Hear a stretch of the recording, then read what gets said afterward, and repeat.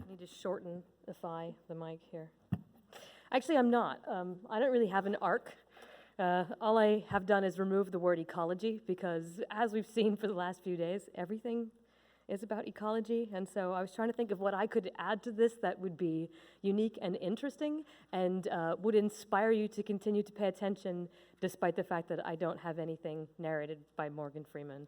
So I'd like to start, obviously, like everyone else has, by thanking the organizers for inviting me. I'm nervous to stand here in front of this group and attempt to pontificate about things that I honestly don't know very much about. I work in a field called ancient DNA. And for me, there are two reasons to work in ancient DNA. The first is the outfits, which are really cool, especially when you wear them in the field and look like that in the field, and people think that potentially there's some deadly disease around and flee. The second is because my research is really interested in climate change. And like we've heard a lot of people today, this is something that's fundamentally of interest to most of us who are thinking about how organisms are responding to different biotic or abiotic components to their environment. And I'm intrigued mostly by charismatic megafauna, as reviewers have helpfully pointed out in my grants, and then not funded them. And how charismatic megafauna, including us, particularly charismatic megafauna, will respond to climate change in the future. So if you see pictures of climate change and what's projected to happen, this, of course, is not the Central Valley of California, although it could have been, like 2 weeks ago. It's not, it's in China, actually. So we see changes in weather patterns that are causing not only changes in the distribution of plants and animals, but also financial damage and ruin to a lot of things that are important to us. And of course, we have species that are pushed to the brink of extinction. Polar bears are not at the brink of extinction. But don't tell anyone who really likes them and continues to use this as a reason to donate money to extinction causes, right? Polar bears are doing just fine. If you pay attention to what is written in the popular media about climate change, you'll see that there's a lot of positivity about the potential outcomes. And as someone who is a scientist, as we all are here, what we might actually be interested in, rather than how screwed we are, is how species and ecosystems, and including our own, are going to respond to the climate change that's projected to happen. So if you follow the climate change in the scientific literature, you will probably have seen this plot. This is Michael Mann's famous hockey stick plot. It looks like a hockey stick on its side, right? And this is a proxy estimate for global temperatures over the last 1,000 years. So you see that for a very long time, global temperatures were pretty much the same, and then in the last 100 years or so, they've skyrocketed. And you can kind of push this forward, and there are lots of projections that show increased greenhouse gases in the atmosphere and increased temperatures. But this is not the first time in Earth's history that we have seen a rapid, large increase in average global temperatures. And if you extend this plot backward in time, we'll see that there was, relatively recently in geological time, a very rapid and very large increase in average global temperatures. And this, of course, is the transition out of the last ice age and into the warm Holocene that we're in today. One of the locations where I do a lot of my field work in Canada's Yukon Territory, we see that this second part of this increase here happened potentially over the course of just a few decades.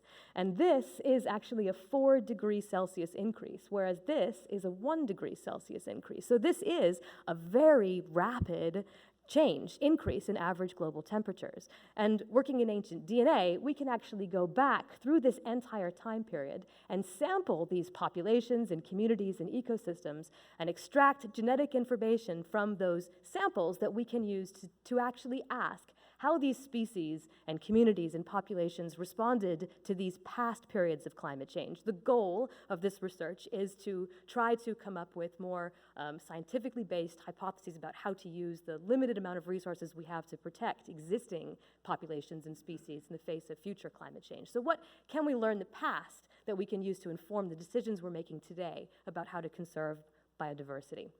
So for the last 2 days, we've heard a lot about incorporating spatial information into phylogenies and genealogies. And what I'm going to talk about is also incorporating time. And we do this, of course, by applying a molecular clock, right? So most of the time when we think about a molecular clock, the big question is, how do we calibrate that clock? How do we put these genetic changes that are accumulating on a calendar scale so that we can test hypotheses about diversification and movement and migrations? And most commonly, this is done by assuming that some fossil exists, that you know where on your tree that fossil lives, and then putting some confidence intervals around when that fossil was, fixing these nodes, and then allowing everything else in your tree to vary. If you have ancient samples and you're using a relatively rapidly evolving molecular marker, you can calibrate your trees with the tips of the trees. And this is what we've been doing with most of the species we're working on. So we get radiocarbon information for each of the samples that we're incorporating into the tree, and we fix these ages. We can also sample them from distributions. If we don't know the ages of some of them, we've developed ways that you can estimate, you can integrate over the potential range of ages for each of these tips, but you're always incorporating some bit of temporal information into your data set at the tips of these trees, and that is a way to calibrate the clock. Intriguingly, last year we published a paper where we came up with an approach that's implemented in BEAST that you can sample from real, true distributions of radiocarbon dates. Calibrated radiocarbon dates have very strange distributions that aren't normal or anything. They're just kind of all over the place. And we've come up with a way, implemented a way that you can actually sample from them. The only thing that they appear to do to your analysis is make it take a lot longer to run. So I don't recommend using it, but you know, it exists in case you're interested. So we put all this stuff together, and a long time ago, we used the first developments of this software package called BEAST that's kind of taken off since then. And we assume a bunch of different things. We assume our mutation rate, which we can fix. We can assume lots of different types of evolutionary models that you're interested in. And then we also assume a coalescent process that can be either flexible or not so flexible and provide ways to test between whatever coalescent models best fit or are most appropriate for your data. And then we integrate over the trees the possible genealogies in your data set to test hypotheses that you hopefully have come up with before you collected the data. Right. So in the last couple of decades, we have worked on a whole bunch of different organisms in my group, and here's a pictorial representation of everything that we're working on right now. As you can see, there's quite a wide diversity of things, and yes, it includes T-Rex. That's not a mistake. But today, I'm only going to talk to you about a few. In fact, I'm going to tell two stories. The first is going to be about bears, and then about bison. So the place I work is Beringia. Beringia is this bit of landmass that's right here that connects North America with Asia.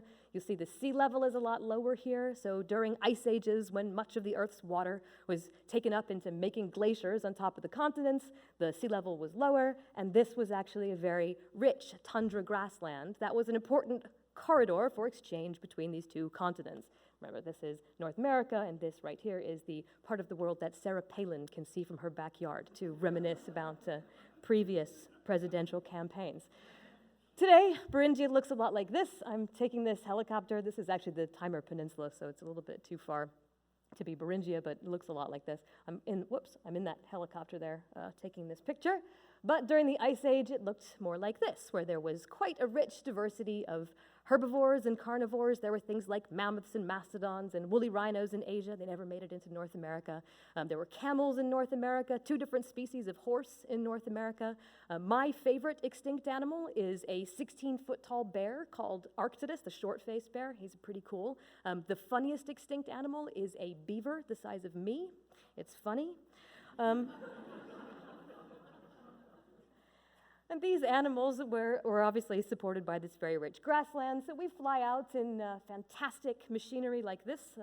Here we are, having landed at a field site in Timor. You'll notice that there's not actually plastic or glass on some of these windows, which is helpful, because when the French and Russian expedition teams celebrate that it finally actually did take off by smoking and are sitting on top of the gas tanks that take up most of the interior of the helicopter, it makes it easier to breathe. And we stay in 5-star accommodation like this one. I took this picture by backing up away from my tent and just unfocusing the camera lens so you could see the depth of field of mosquitoes that one deals with doing Arctic fieldwork. And we wander around wherever the permafrost is thawing and collect bones. This is actually from the Yukon in Canada near Dawson City. This is, what's going on here is a process called placer mining. The gold miners are trying to wash away this frozen dirt one layer at a time, so let the sun thaw a little bit about, they wash the thawed bit away, then they stop. And when they stop, we wander around. Here's folks in my group kind of wandering around, trying to figure out what to do, looking in the walls here, and pick up all of the bones that have washed out. They're trying to get to the gold-bearing gravels beneath, but while they're getting rid of all of this dirt, aside from killing a lot of fish downstream, they are revealing a ton of bones from Ice Age animals. So in a typical day of collecting near Dawson City, we'll get somewhere between 30 and 40 bags like this, and this is mostly horse and caribou, reindeer, and bison and mammoth remains, but we also find things like lions and wolves and bears. The carnivores are obviously a lot less abundant because their populations were smaller. And from each of these, we take a little chunk out of the bone and package it up in plastic and take it back to the lab where we extract DNA.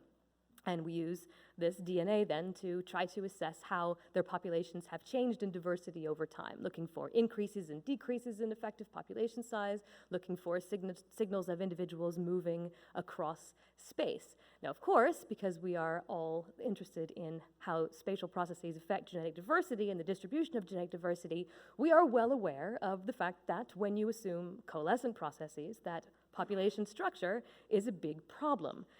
In fact, it's a terrible problem and means that all of the models that we're using are wrong. An even bigger problem is when we are sampling over an amount of time where that population structure is actually transient.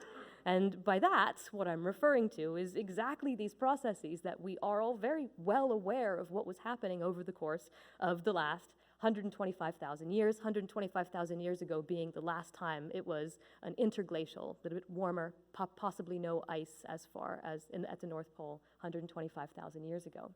So some of the barriers that are affecting dispersal or movement of the species that I'm interested in are going to be obvious ones like this land bridge. If the land bridge is not there, then animals that move across the land bridge can't move across the land bridge. Of course, that does mean that the marine animals that we're studying have an opportunity to move from the Pacific Ocean into the Atlantic, and that's another aspect of the research that we're doing, but I'm not talking about that today. Also, these ice sheets that are sitting on top of the continent form a pretty impenetrable barrier to gene flow between populations in Beringia, this nice, rich steppe tundra environment throughout most of the last ice age, and any animals or plants that got trapped south of the ice prior to the formation of these two ice sheets. And then there are other things that are less obvious barriers to gene flow, like spruce forests. And a big question that we're trying to answer right now is how does the movement of spruce forests, north and south, depending on temperature, affect the ability of things like horses and bison to move between populations? And in that case, what we're trying to do is use these phylogeographic patterns, the patterns that we can see by looking at the trees and the DNA and understanding the coalescent process, and try to allow the DNA to tell us something about the paleoecology, so turning it on its head. Can we use these patterns that we observe, these genetic patterns, to learn something about how ecological processes, about what sorts of ecological processes were going on over the course of the last ice age? So a few years ago, we introduced a spatial diffusion model that we added to BEAST. This is a discrete diffusion model. There's also a continuous diffusion model, but that one is harder to use with very, very sparsely sampled large mammals over the course of 100,000 years than a discrete diffusion model would be.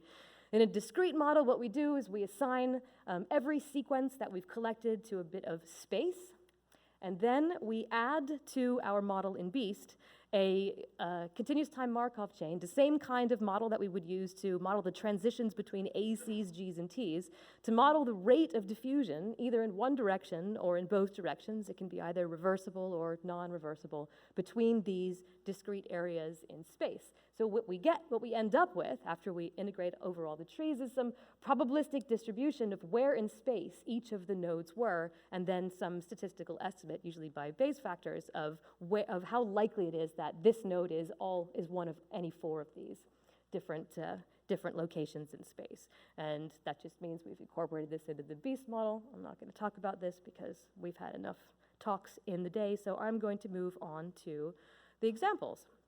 So the first species that I'm going to talk about is brown bears. And I like brown bears because they're big and they're scary, and they're also cute, and because we have collected probably every single brown bear bone that is within the last 60,000 years old from North America. So that has DNA in it.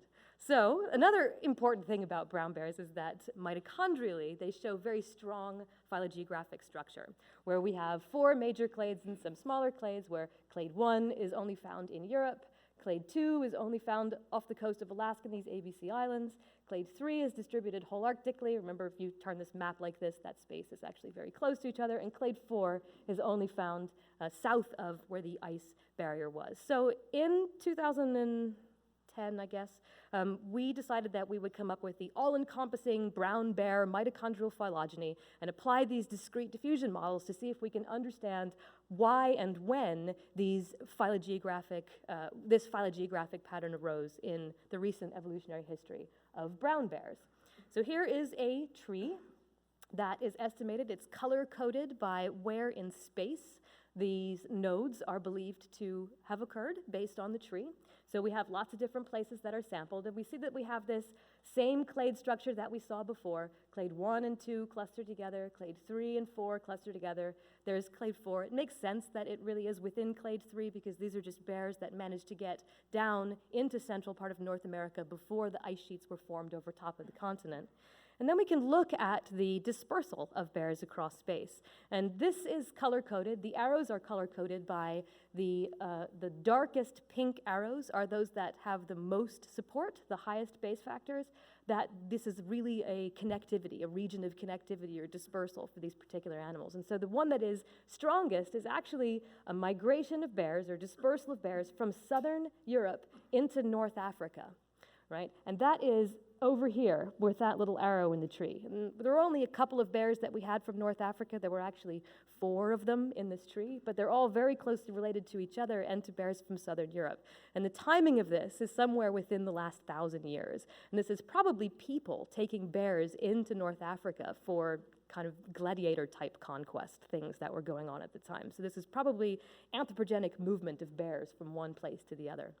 We also see this nice pattern where we have bears beginning in Alaska and beginning this very long-distance migration where we have populations coming out of Alaska, establishing across here and getting into Eastern Europe by about 14,000 years ago. The timing of the beginning of this migration, based on this tree, is around 30 to 45,000 years ago. This is also consistent with when we've inferred that populations of things like horses and bison were at their peak in North America. So there were tons of resources for these bears. Their populations were growing and establishing new populations kind of in sequential order across Europe, really booking it across there. It's a pretty rapid dispersal event, 20,000 years to get all the way across Asia, establishing new populations and into Eastern Europe. And the timing that we infer they arrived there is consistent with what is known from the fossil record in Eastern Europe.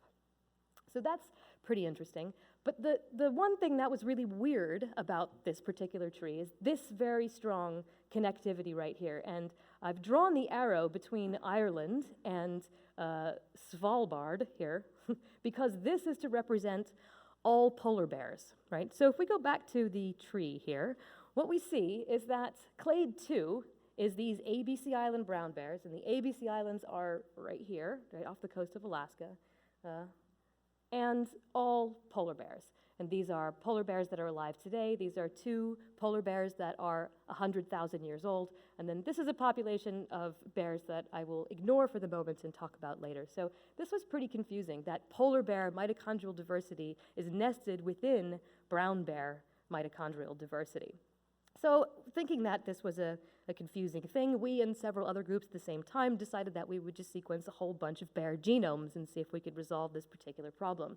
And what I've shown here is a plot of pairwise divergence between all the different things that we sequenced. So we had an ABC Island brown bear and a grizzly bear, and they have about, this is a number of pairwise differences in 10,000 base pairs. They've got about 10 for every 10,000. This is roughly correlates with the time of population divergence of brown bears. Polar bears have almost no genetic diversity. That is pretty consistent with what we know about them.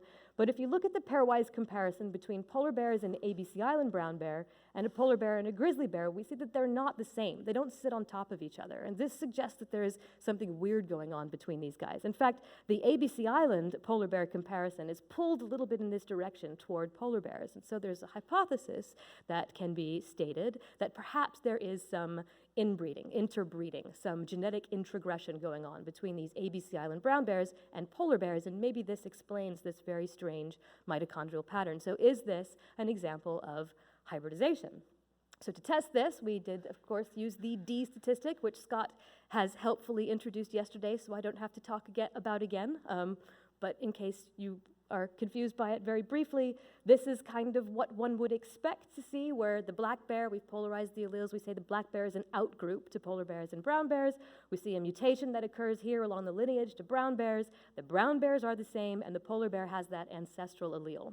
These are ABBA and BABA sites, and this is just where you get an unexpected distribution, where the polar bear is either more closely related to the mainland brown bear or to the ABC Island brown bear. And these two things will happen all the time by chance. That's just incomplete lineage sorting. But when there's either an excess of these guys or an excess of these guys, that can only be explained by gene flow that happens after the speciation event, the population subdivision event that leads to the two different species. So we tested these guys, all the different scaffolds that we had for this sign, an excess of derived alleles, shared derived alleles.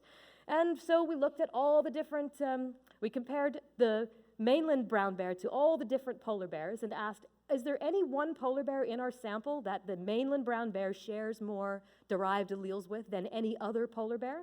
And if things are here around the zero, the answer is pretty much no. There's lots of spread there, there's kind of some error in these data sets, and it's lots of scaffolds and what's going on, but there's no reason. And then we asked the same thing about the ABC Island brown bear. Is there any one polar bear in our data set that the ABC Island brown bear appears to be more closely related to than any other polar bear in the data set? And the answer is, again, no. But if we take the polar bears, each of them at one at a time, and we ask, are they more closely related to ABC Island bears or to the mainland brown bear? The answer is, decidedly, polar bears are more closely related to, share an excess of derived alleles with the ABC Island brown bear than with brown bears from the mainland. And there's also this really interesting difference between the chromosomes, where there's a ton more polar bear DNA in these ABC Island brown bear X chromosomes than there is in their autosomes. So we did some simulations to figure out what the direction of hybridization was, and it turns out this is really easy to find out because polar bears have almost no diversity, and brown bears are pretty diverse. So if you took a snippet of brown bear DNA, say 6.5%, and inserted it into the polar bear X chromosomes, it would stick out like a sore thumb. So that wasn't what happened.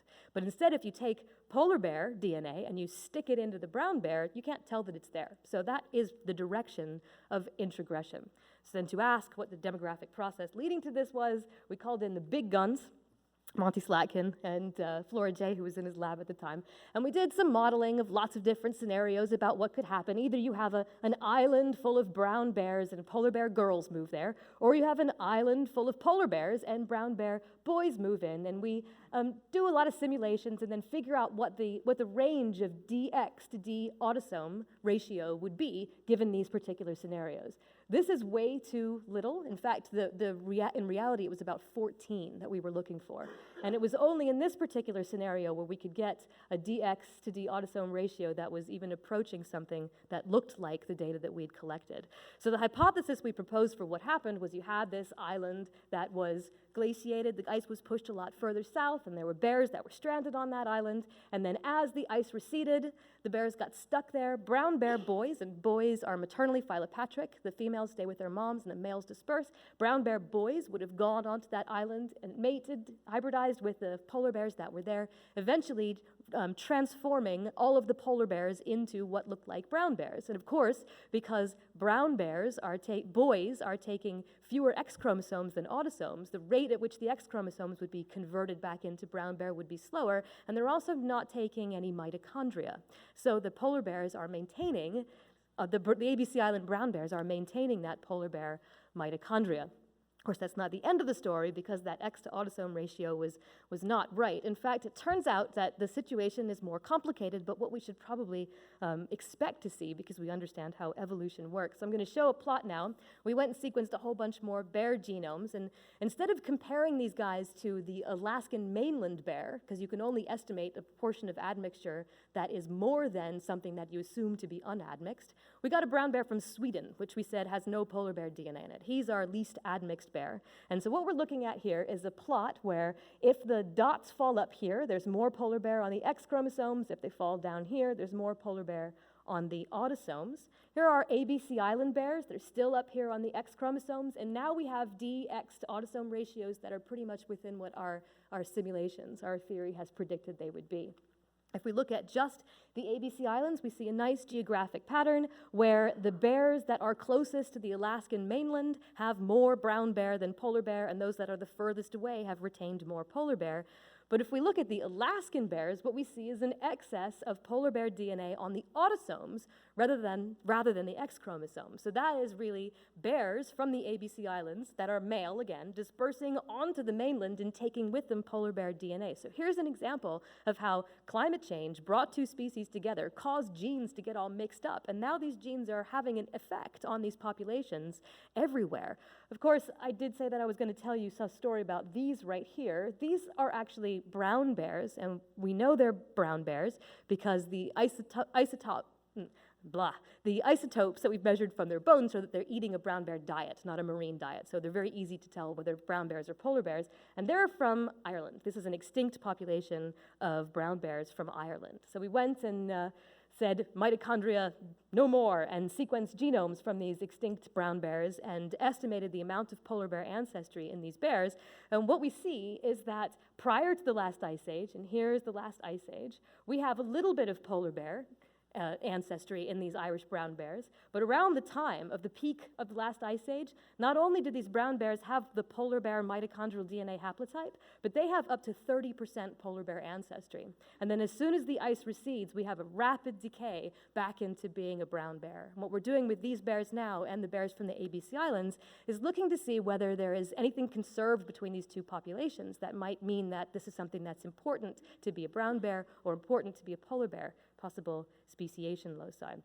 So does it actually stop there? And it does kind of, except to say that we have now found 4 different populations of hybrid brown bear polar bears in different parts of the world, and that today brown bears and polar bears are again hybridizing at the edges of their range. And so this is a story that is ongoing. And kind of summarize the bears part of this. We see that we have, in a sense, used this phylogeographic, genealogical information to learn something about the paleoecological history of the part of the world that we're interested in. We saw how these spreading grasslands and increasing numbers of bison and horses facilitated this huge expansion, really rapid expansion and movement of bears across the landscape. We've even seen some of these weird dispersals into these bears being moved into North Africa by people, and also that our cave woman locus is wrong in this particular case, right? So it's telling us a story, and an interesting story, but not necessarily the correct story, and certainly not the full story, although it is obviously useful because we've learned something interesting about their history here. And this is nice evidence of the effect of climate change on the distribution of genetic diversity. So, okay, moving on to bison. So I have been working on bison for a long time, since the late 1990s, when I started doing my PhD at Oxford with Alan Cooper.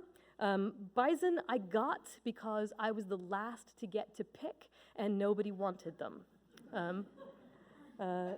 They came up with all sorts of other excuses that I should have to do it. You're an American, it's an American species, blah, blah, blah. But really, it was just kind of they're gross and nobody wanted them because everybody wanted to do like cave lions and bears and cooler stuff than bison. But I kind of like bison. They have a special place in American history, obviously. When Europeans first arrived in North America, there were a lot of bison. There were basically 2 things when Europeans got here: bison and passenger pigeons, right? That was it. Everything else there's just no room for because there were just bison and passenger pigeons.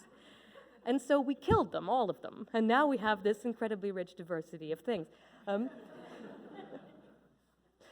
So in fact, there's a lot of lore about bison, and that we did try to kill them, basically because they were destroying things. They're trying to build, a railway system to connect the parts of the country, and they would run over the railway system, and they would shoot them. And Buffalo Bill and all of this stuff is because we were trying to get rid of these bison. Eventually, they did have to ask people to stop shooting the bison from the trains, not because they were nearly extinct, that was okay. It was because the smell of the rotting bison at the side of the trains was putting people off actually riding them. So they thought, this probably isn't really good for business, maybe you should stop killing the bison. Here is a pile of bison skulls. That is a pretty good indication of what we were doing to bison at the time. But there is a good side. There's a silver lining to this cloud. It is actually because of bison that we have much of the conservation legislation that we have today. The very first conservation society in North America was established to protect bison in 1906, and passenger pigeons, but we don't talk about that one, right? Didn't really work. But now bison are doing just fine. They're a little bit hybridized with cattle, but they're doing fine. Their numbers have rebounded, and they have almost no genetic diversity. So what I was supposed to do was to test these new things that we could do, these crazy skyline plots and all this other kind of stuff that we were busy developing on these bison. We knew that they probably lost all of the genetic diversity around 1850 to 1890 when we brought them down to 120 individuals, right? So if I could just point that out using DNA, then that would be super cool, and it would show that ancient DNA could show you interesting things. And of course, that isn't at all what happened. So to kind of, what is the story of bison phylogeography in North America? It basically has to do with these ice sheets, right? So bison first get into North America via that land bridge from Asia, and they disperse down here, but then they're stuck, and you have this isolation for a very long time while these ice sheets were sitting there. So this is what the bison genealogy looks like, phylogeny looks like, where we have 3 different colors I've color-coded by location. We now know that bison first entered North America around 170 to 180,000 years ago. There would have been a land bridge then. It was a previous ice age. After that point, as soon as they could get into North America, they did. And when they were there, they grew massively and became this huge bison called bison latifrons, the longhorned bison, which was about 3 times the size of this guy. That all happened over the course of less than 5,000 years. That incredible ecological diversification based on that. All of that is known because of these trees that we've put together and genetic information that we have from all of these different species of bison. That's not published yet, but hopefully it will be someday when it stops getting rejected.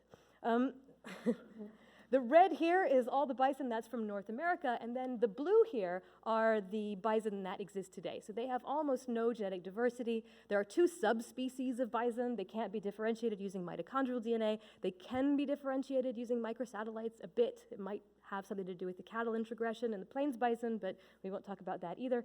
Anyway, they share a relatively recent common ancestor, but not recent enough for this loss of diversity to have been 120 years ago. In fact, this common ancestor is about 13,000 years old. So about the time when everything else was going extinct in North America, bison almost went extinct as well, and the only individuals that survived were individuals that were south of that massive ice sheet. So there's an open question about what happened at the end of the Pleistocene when that ice sheet opened up. And a lot of this actually has to do with human movements and human migrations, which we've also heard about. So there's this thing here that opens up right here in between the Laurentide and Cordilleran ice sheets. It's called the ice-free corridor.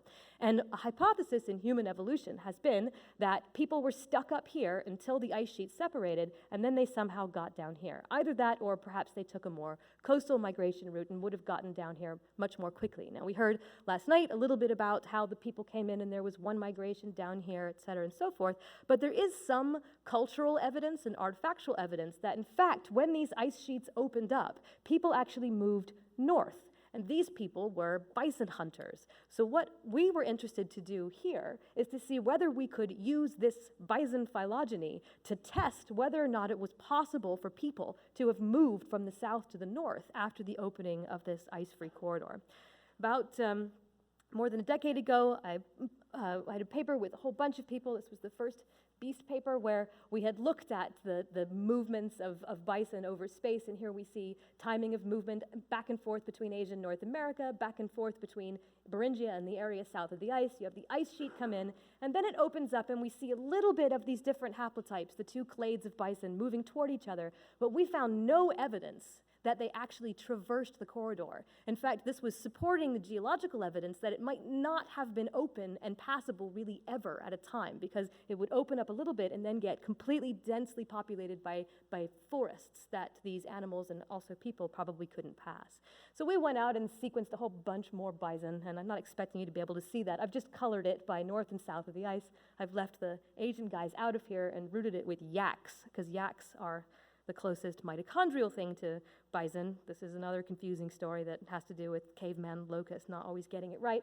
And then we have used a reversible jump model in kind of with this discrete diffusion model to try to time the movements between the north and the south. So here we've just assigned these bison to being north or south, and then asked if we integrate across, millions of trees and figure out what's going on, can we actually get some probabilistic estimation of how likely it is that bison were moving north and south of the ice sheet? And we get this distribution now that we have all of these different samples where we have lots of movement north and south of the ice sheet, from north to south in the ice sheet during this time period where there isn't the barrier to gene flow here. Very little movement, kind of the probability drops when we have our ice sheets actually coalescing and there is no corridor. And then we have strong evidence that there is both a northern and a southern dispersal that happens, but only over a very, very short temporal window.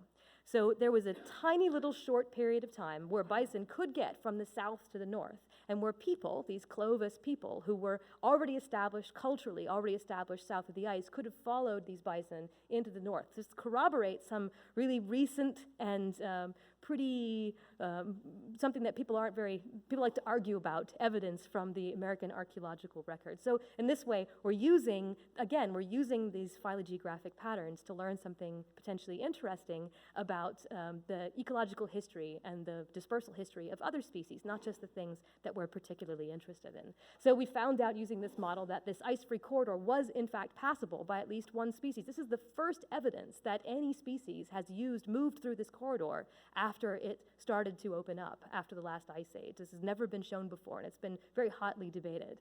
And that it was limited. This is a very limited and transient permeability. But we've done this by applying some kind of more rigorous models to really trying to test hypotheses using the genetic data that we're getting. And I thought that I would end, because I've been collecting data like this for a long time, highlighting things that have been highlighted before that can go wrong when you're doing this kind of analysis. The first is the importance of the type of data and the amount of data that you're collecting. So this is from horses. This is horse data that we've been collecting, again, from Canada and the US, from eastern and western Beringia. For a long time, and we can see that we have complete mitochondrial genomes from a whole bunch of horses, and they seem to show extremely strong phylogeographic structure. And we can use this to test hypotheses about when they would have moved. This is a movement that corresponds. Horses originated in North America, so this is a dispersal into Asia at one point. This movement actually happens the last time there is a land bridge. This is a very recent dispersal of horses from Asia back into North America. But if we sample, and these are all from the Yukon Territory, and these are all from Asia, so we're skipping Alaska, right? We have this very clear phylogeographic pattern when we skip Alaska, right? But when we add Alaska into the picture, it gets very deeply confusing, right? It's a lot less clear. And this is what we're trying to resolve right now by thinking about the effect of spruce forest movements and other types of barriers to gene flow that might have existed either all the time or transiently throughout the last 150,000 years. The other thing that it's important to think about when you're designing some of these strategies here is a a plot where we have, these are again mitochondrial genomes from horses, where we see this very strong phylogeographic structure. And this is SNPs, nuclear SNPs that are isolated from these same horses. And again, we see this along PC1, we see this very strong structure that is pretty much mapping onto this tree, as you would expect, because we have very strong support for these nodes. If you don't see this combined with this, it's something weird is going on, right? And so we see with horses that the nuclear data recapitulates what the mitochondria are showing us as a strong phylogeographic structure. With bison, however, and we only have 54 SNPs, and that's because of the way that we designed, we were trying to do long resequencing pieces, which didn't work out. We ended up just having single SNPs from each of them. So these are 54 unlinked SNPs from a few individuals. And we see that there really isn't any structure. There's kind of weak structure along PC1, but there's not. And what's going on here probably doesn't have to do with sampling, but has to do with the natural history of the animals. Horses have these harem structures where they actually form these tightly knit populations that they don't really move between. But bison, when they mate, they all come together into this one big herd. So it's likely that there is more random mating in bison. So when you're thinking about designing these experiments, we have to think not only about what markers we're going to use, how much data we're going to generate, but also the natural history of these animals and how that's going to affect your ability to interpret the data. And that's just a big warning, mostly because I'm teaching molecular ecology right now, and the students are designing an experiment, and they're doing terribly. Not my students in my lab. So I will end by thanking the people in my lab for all the help that they've done, funding, and again to the organizers for inviting me to this. I really appreciate it. If anybody is interested in this stuff, we just got a grant from the University of California Office of the President that will allow us to have 6 postdocs working on conservation genomics questions at UC Santa Cruz, UCLA, UCSF, UC Berkeley, UC Merced, and UC Davis. So if you're interested in any of that, let me or Victoria know, and that would be it's going to be a great opportunity. Okay, that's it. Thank you.